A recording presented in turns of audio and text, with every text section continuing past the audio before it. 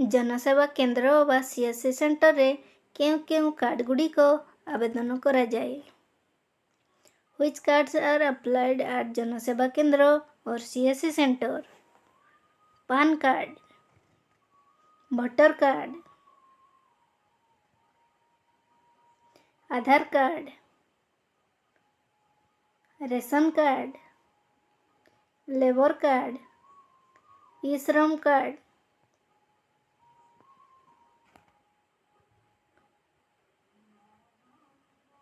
स्वास्थ्य कार्ड बा health card, प्रधानमंत्री श्रमयोगी मानधन कार्ड बा श्रमयोगी पेंशन कार्ड।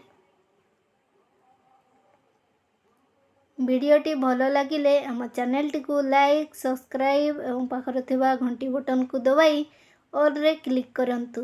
धन्यवाद।